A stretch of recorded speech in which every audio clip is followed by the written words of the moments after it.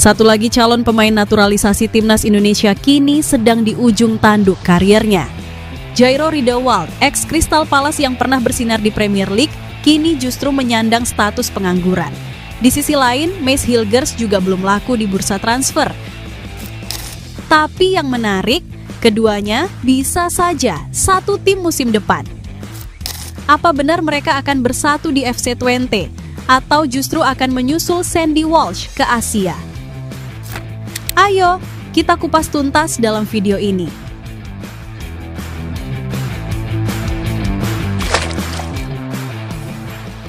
Jairo Riedewald, nama yang sempat membuat fans timnas Indonesia berharap banyak. Tapi kini, ia justru tak punya klub. Setelah satu musim bersama Royal Antwerp, kontraknya resmi tidak diperpanjang. Ia hanya mencatatkan 28 penampilan dan banyak di antaranya terganggu cedera. Dulu dia datang dari Crystal Palace dengan harapan besar, tapi performa yang tidak maksimal ditambah masalah fisik membuat manajemen Antwerp enggan melanjutkan kerjasama.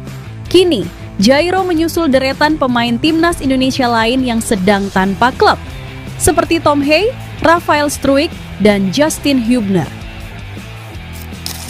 Nama Jairo Riedewald sempat menjadi perhatian publik sepak bola nasional setelah masuk dalam daftar calon naturalisasi.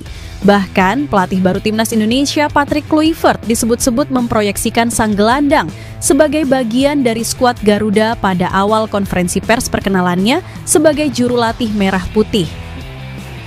Akan tetapi, sampai saat ini proses naturalisasi Jairo Riedewald masih belum mendapat titik terang dan kini sang pemain harus berjuang mencari klub baru jelang musim 2025 sampai 2026 bergulir. Tapi masa depan Riedewald belum benar-benar gelap. FC Twente, klub Eredivisie tempat Mace Hilgers bermain sejak 2011, pernah tertarik merekrut Jairo.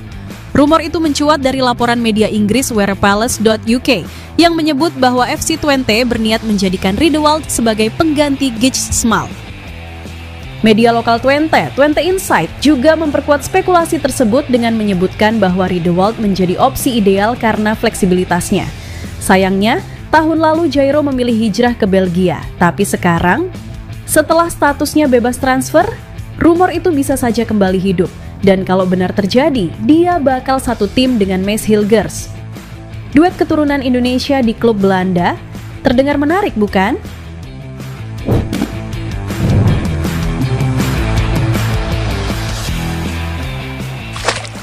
Sementara itu, Mace Hilgers kembali ke latihan bersama FC Twente. Ia sebenarnya sudah disebut-sebut akan pindah di bursa transfer musim panas ini. Tapi sampai awal Juli, belum ada tawaran masuk. Twente sudah mulai latihan sejak 23 Juni dan Hilgers baru bergabung pada 3 Juli lalu. Ia bahkan absen dalam laga uji coba melawan Motherwell FC. Padahal, musim lalu Hilgers masih jadi pilihan utama di lini belakang.